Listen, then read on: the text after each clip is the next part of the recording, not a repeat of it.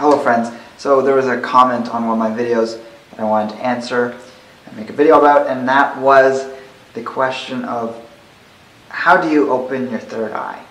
So I'm not entirely sure why the question was asked, whether there was something in a video that drew that person to inquire about that, or if they just knew what it was I was interested in, assumed I'd know the answer to that kind of question. And while it's definitely not something that's based in I guess what I would normally cover on either my main channel or even this channel, although I have said in the past that I wanted to cover more topics like this around spirituality and things like that, I'm more than willing to do that. But yeah, it doesn't encompass something that not everyone's going to be used to hearing from me. So I just wanted to throw that out there, just so, you know, if you're more of a fan of my channel because of my extreme adherence to logic and rationality, you might wonder what this is about. In that case, just, you don't have to watch this. The idea of the third eye, or the Ajna Chakra, is a energy point right in the middle of the forehead, slightly up from the eyebrow level, or even right at the level of the eyebrows. It can vary in terms of the exact position. And it is, like I said, an energy point which would be correlative to other energy points in the body that we can take from Ayurvedic traditions or yogic traditions, but it's also a legitimate point in Chinese medicine in the acupuncture meridian system. And even more so, it actually indicates a deeper point, or it's the exit point of this energy field from the body, of a deeper point that would be in the head, that would correspond, at least anatomically, with the pineal gland.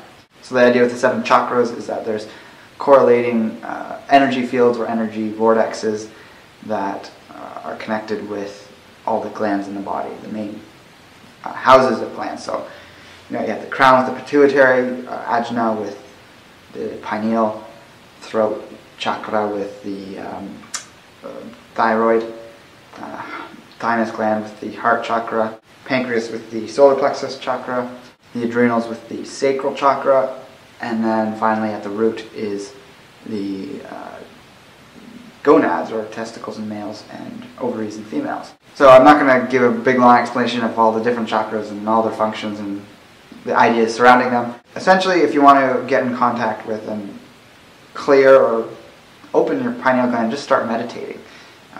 Any kind of meditation will start the process of growth in that area if it is stunted or hasn't been fed in terms of having a stable framework or basis to work from in terms of growing.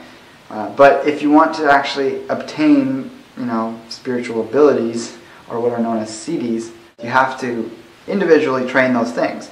More or less, if you were to start meditating after a period of time, some people do experience the awakening of certain things, and there's definitely people who, you know, just like any skill in life, will naturally find they have certain things they fall into having a latent ability for. And this isn't to make any claims or anything, but for instance, say you wanted to have some healing abilities, you might have the natural ability to be a healer.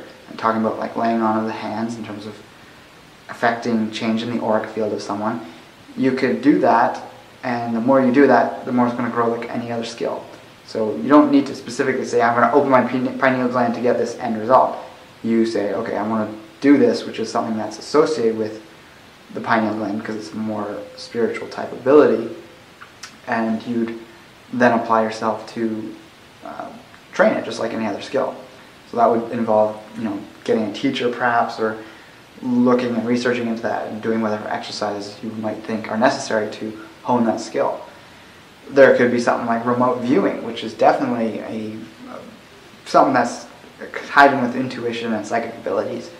So that would be something that you'd hone as a skill by, you know, again, practicing certain types of exercises and exploring in that way. So I don't want to get too elaborate just in case that tends to freak people out, but there's definitely validity to a lot of this phenomenon. There's a lot of researchers out there that have virtually proven this stuff, as far as I can understand, that there are these other aspects to our human form that we don't fully recognize, at least not in the mainstream, And there's people that are extreme skeptics and will never warm up to those ideas no matter how much science is behind it, because they're actually closed off to the idea to begin with. They're not just true meaning of skeptic, they're actually being skeptic in the sense of being closed-minded to it. One thing I'd caution anyone about is not spending too much time focused on, specifically meditating on that area of the body or doing things without, following a really good, regimen and developing your whole self, because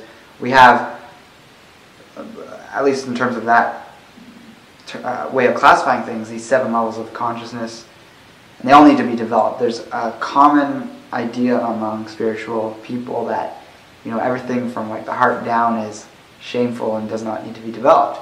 You need to master the root, the sacral, the solar plexus, which is associated with the ego and even the id, which you've heard me talk about in previous videos, because those things need to be brought into alignment so that we're not suppressing those functions. You see a lot of Indian gurus that came over, this was further in the past when a lot of that stuff was just appearing in the West. They would come over and they'd have these big sex scandals that would occur. I know the guy, Yogi Bhajan, who founded Kundalini Yoga, there was a huge scandal with many of his students that came out. You can read about that online if you want to learn more about the history of that. It doesn't delegitimize his system, but it just shows that, these people who are like, oh yeah, sex is sinful or sex is bad karma or whatever, but then, they're off gallivanting and having affairs with their students. It's not cool that they suppress that and then do something behind closed doors. There was also another yogi, I've forgotten his name, my apologies, but he founded the Himalayan Institute in Pennsylvania. There was some definite problems when he came over in time. It came out that many students were sleeping with him. And there's always stories of others that come up here and there that you can learn about, which is always amusing. But essentially, it's this idea that, the lower chakras are to be ignored and we just develop higher states. You need to be firmly rooted and grounded in reality. And when you are, you can then more fully explore the higher realms. I tend to think of it more even in terms of think of yourself like a pyramid. You want to spend most of your time building and developing these lower areas, and you don't spend as much time up there because it is such an intense experience when you can experience it properly to sort of get into those states, and you work with that.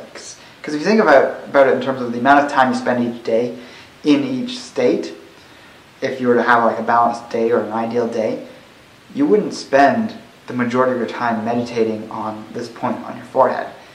You'd have the majority of your time taking care of your basic needs, which would be the root chakra level, getting money, food, shelter, keeping that stuff in alignment. Then a next level up would be your interpersonal connections, your partner, your lover, or plural of those, and your sexual needs, etc. Then up from that you have the heart, which is again dealing with how you relate to people. Throat is communication and your artistic abilities and creativity to be able to produce things in the world. And then again we get up to these higher spiritual states, which are wonderful and need to be attained to have fuller appreciation for life in general.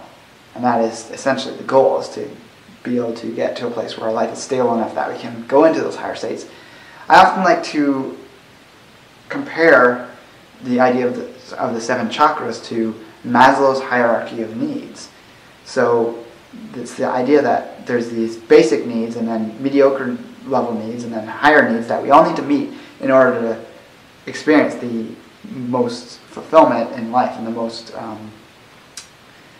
end result of what it is we're striving for. If we're always stuck in the lower tiers of Maslow's hierarchy of needs, we're chasing something that we can never get. We're always searching for, more money, more things to own, more sexual partners, or more love from that one sexual partner, or we're missing out on the love from our parents that we never got.